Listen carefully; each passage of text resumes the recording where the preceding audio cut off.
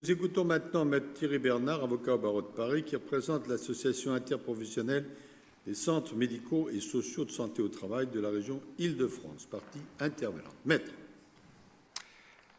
Monsieur le Président, Mesdames, Messieurs les membres du Conseil constitutionnel, à titre liminaire, pour éclairer la problématique en jeu, je souhaite faire un bref rappel des lignes directrices de l'organisation de la santé au travail et surtout de son financement.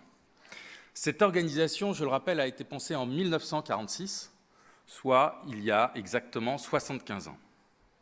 Ce fait est une donnée essentielle dans la compréhension de la problématique d'aujourd'hui, parce que, plus précisément, la rédaction du texte qui est soumis à votre censure, l'alinéa 2 de l'article L4622-6 du Code du travail, est rigoureusement identique à celui qui a été voté en 1946. Alors, comment cela fonctionne-t-il ? La loi distingue très simplement entre les grandes entreprises, c'est-à-dire de plus de 500 salariés, qui vont avoir la possibilité de mettre en place un système autonome de services de santé au travail dédié et qu'elles financent seules.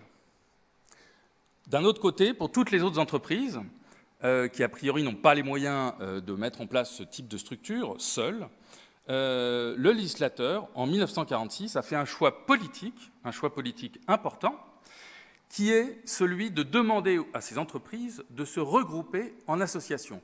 Le législateur aurait très bien pu décider qu'il y ait un service public de la santé au travail ou que la médecine libérale soit associée à cela. Non, le législateur a décidé que les entreprises elles-mêmes se regroupent et mutualisent leurs moyens afin d'organiser leurs services de santé au travail. Alors le législateur a été même plus précis. Il demande que ces organismes de services de santé au travail communs réunissent 3 conditions. La première, c'est que ce soit une personne morale. La deuxième, c'est que ces entreprises ne doivent pas avoir, ces associations ne doivent pas avoir de but lucratif. Et enfin, ces organismes doivent être dotés de l'autonomie budgétaire. Et donc ces 3 attributs sont ceux de la forme associative. Et de fait, toutes les associations, les 240 services communs de services de santé au travail interprofessionnels sont constitués en association. Alors dans ce contexte, quelle est la problématique qui se pose à vous concernant la constitutionnalité de la loi sur le financement de la santé au travail? D'un côté, je l'ai dit, le législateur a fait un choix politique de responsabilisation des employeurs et le Code du travail lui-même rappelle le corollaire de l'autonomie budgétaire qu'ont ces associations. Mais de l'autre côté, il a introduit immédiatement un alinéa tout à fait contradictoire, qui est l'alinéa qui vous est soumis, qui impose un mode unique de financement de ces associations, un mode unique de calcul des cotisations, alors que les cotisations sont la seule ressource de ces associations. Le texte en question, l'alinéa 2 qui est critiqué, je rappelle, il est très court. Dans le cas de services communs à plusieurs entreprises, ces frais relatifs à la santé au travail, sont répartis proportionnellement au nombre de salariés. Nous considérons que ce texte porte atteinte non seulement au principe d'égalité des citoyens devant la loi, car pour les raisons qui ont été évoquées avant moi, il y a des situations où cela provoque une inégalité entre les entreprises qui supportent de façon différente le financement de la santé au travail. Mais, et surtout, et c'est ce que je vais développer principalement ici, le texte porte également atteinte au principe de liberté d'association et de son corollaire, l'autonomie budgétaire. Alors certes, votre jurisprudence pose de façon constante qu'un principe constitutionnel peut recevoir des exceptions. Mais votre jurisprudence rappelle également qu'il y a des conditions très strictes pour cela. D'une part, ces exceptions doivent être limitées et d'autre part, elles doivent être justifiées. Justifiées au regard de quoi? Justifiées au regard de l'intérêt général que vise le texte qui porte l'exception.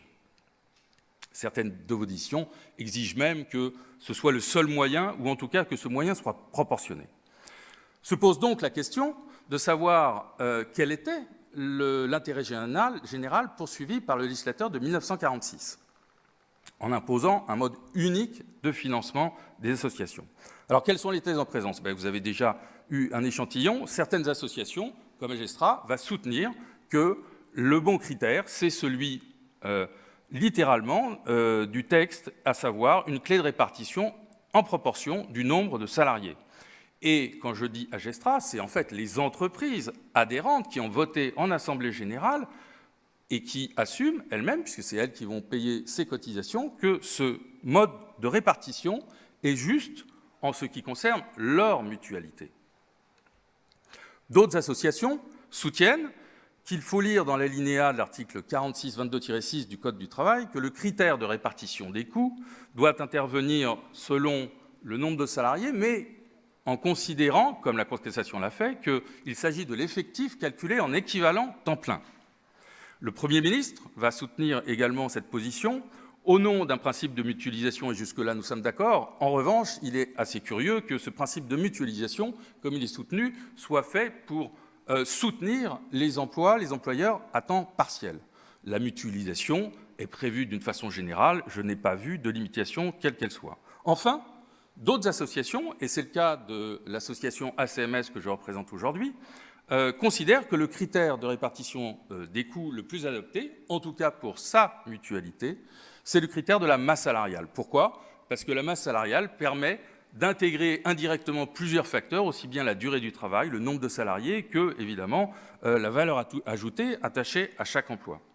La CMS ne prétend pas que la loi aboutit à ce mode de financement. La CMS dit que c'est un des modes de financement et l'objectif de mutualisation n'interdit aucunement ce mode et au final, force est de constater, et la Cour des comptes et le Conseil d'État l'a déjà fait, a constaté que la majorité des associations aujourd'hui ont un mode de financement différent de celui textuel relatif au nombre de salariés.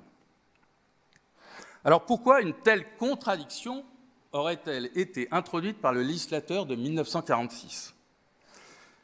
La raison, selon nous, en est très simple, c'est que tout simplement le législateur de 1946 n'avait aucunement conscience de porter une exception à quelque principe que ce soit, il n'en a encore moins l'intention, et il ne s'est encore moins posé l'intérêt général qui justifierait l'exception, puisque ça n'était pas son intention. Pourquoi ?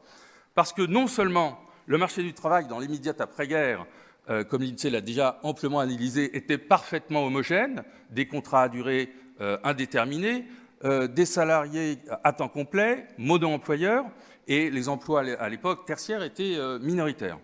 Et puis, une autre raison, c'est que, au regard de la nature des services de santé au travail, à l'époque, il s'agissait, contrairement à aujourd'hui, de la visite médicale individualisée, donc avec un rapport direct avec, effectivement, le nombre de salariés.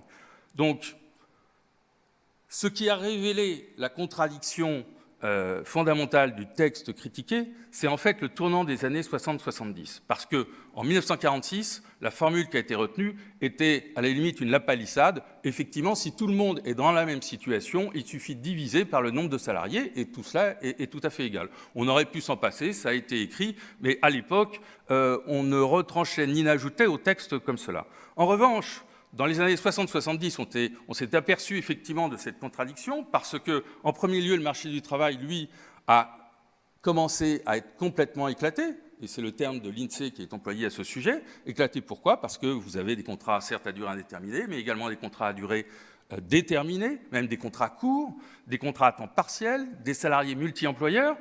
Par ailleurs, les services de santé ont évolué également, puisque, au-delà de la visite médicale individualisée, des services collectifs de prévention ont été prévus par la loi et que doivent assurer les associations. Donc là, avec une décorrélation en fonction du nombre de salariés visés.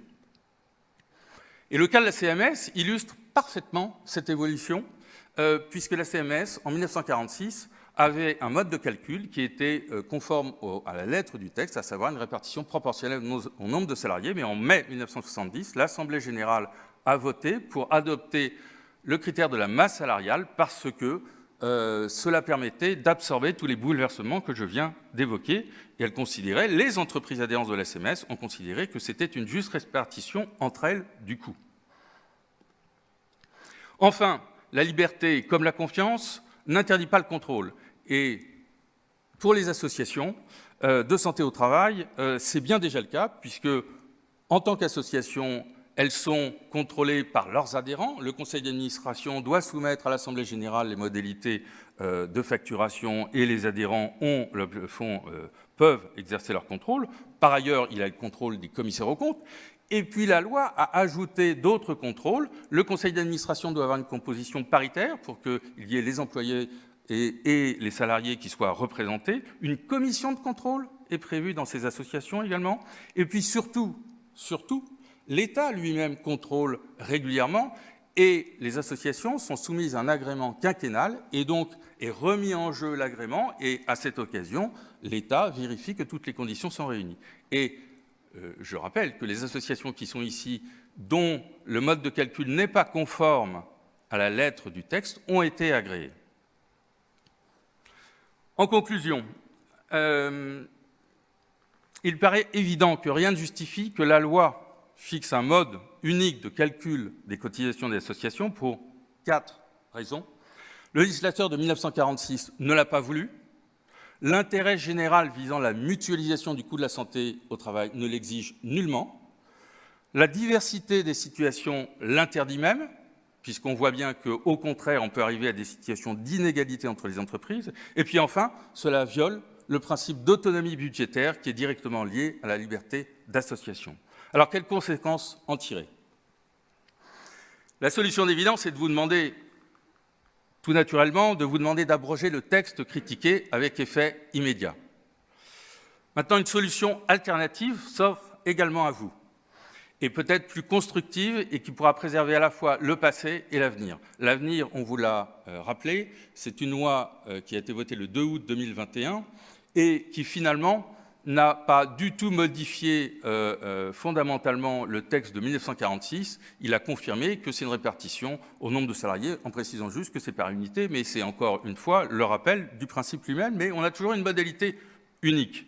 Donc votre jurisprudence sur le texte actuel vaudra également pour le texte de demain.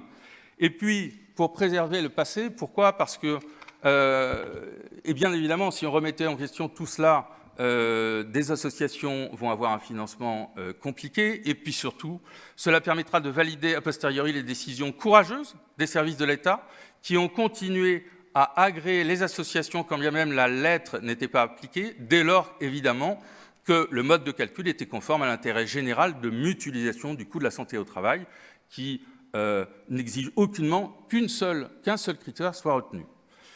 Cette solution alternative consisterait donc à émettre de votre part une réserve d'interprétation sur le texte et qui consisterait à rappeler que l'alinéa 2 autorise une répartition, certes, du coût des services de santé au travail par le nombre de salariés, mais autorise également tout autant une répartition aussi bien par la masse salariale et ou la durée du travail. En d'autres termes, le mode de calcul des cotisations doit reposer sur un ou plusieurs critères de répartition ayant au minimum un lien avec les contrats de travail conclus par les entreprises adhérentes. C'est le point commun de tous ces critères. Merci à vous. Merci, maître. Nous écoutons maintenant M. Pavageau.